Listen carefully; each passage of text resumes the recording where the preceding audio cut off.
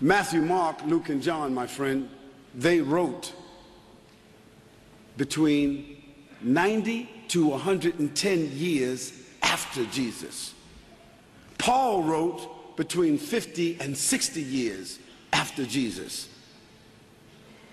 So now, in order for them to have been disciples when they wrote, and Jesus was already 33 at that time, they would have had to have been 123 or 143. Matthew, Mark, Luke, and John, they were not disciples. Secondly, I ask you, Matthew who? Mark who? Luke who? John who?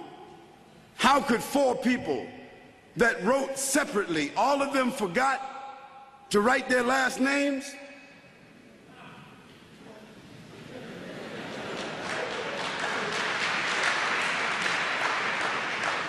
The second thing, the third thing, not only did they forget to write their last names, but they began their chapters. Although they wrote separately from each other, they all started out the same. They all said, according to, according to, according to, according to. Now, what's your name, sir?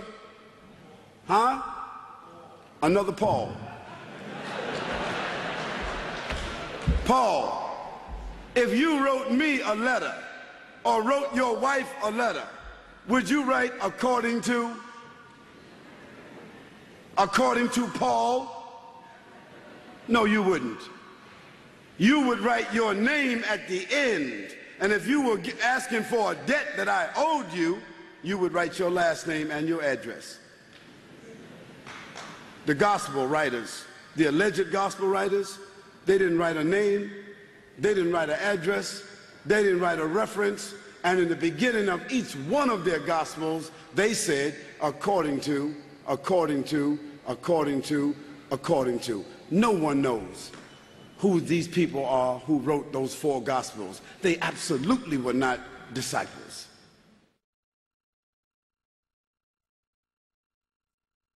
When we talk about prophets, there's not an issue of equality here.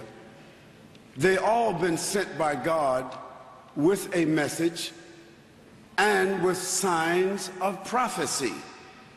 And God doesn't love one more than the other. And we don't say we love one more than the other. They're all prophets, brothers of prophecy from Almighty God.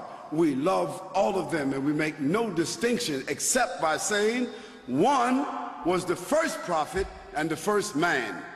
The other, Muhammad, was the last prophet.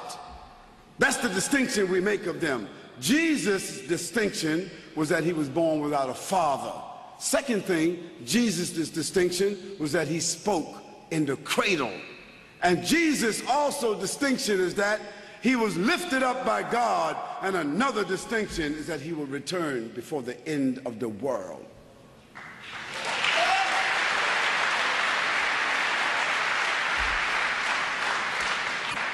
Now, those distinctions doesn't make Jesus better than another prophet. I'm talking to my friend there that just gave me the...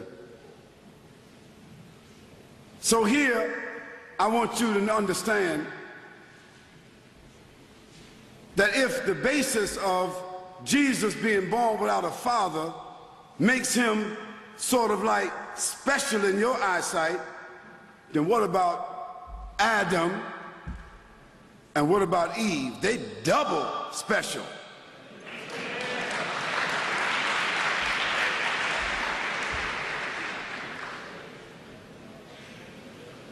I think, my friend and Christians that are here, no need for anybody to think that you gotta ring your bell about Jesus, because we got all the bells.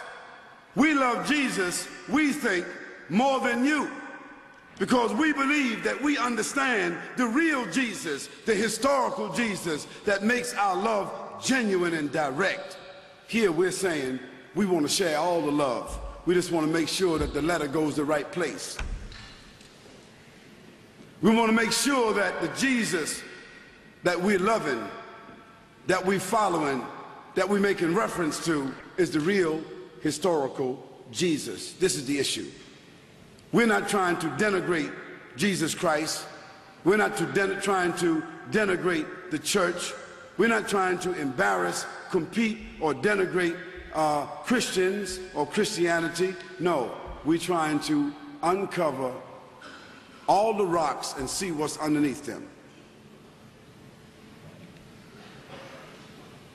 Now, in all fairness, if evidence that I brought to you about the historical Jesus, if the idea of the historical Jesus is repugnant to you, anyone, if you think I don't have a right to talk, search, find, identify the historical Jesus, if you find some problem with that, you need to tell me.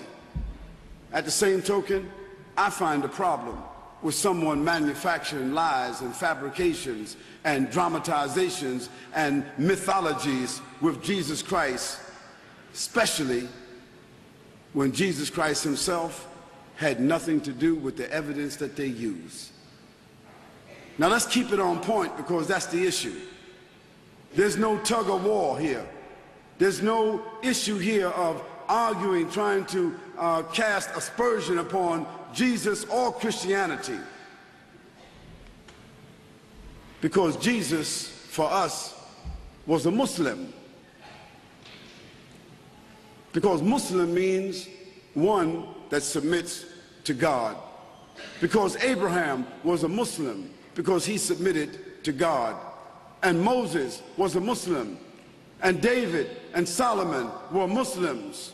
And all the prophets of God were Muslims, because Muslims doesn't mean Arabs. It means those that submit themselves to the law, the legislation, the inspiration, and the revelation from Almighty God. So if Jesus is a Muslim, we on his side.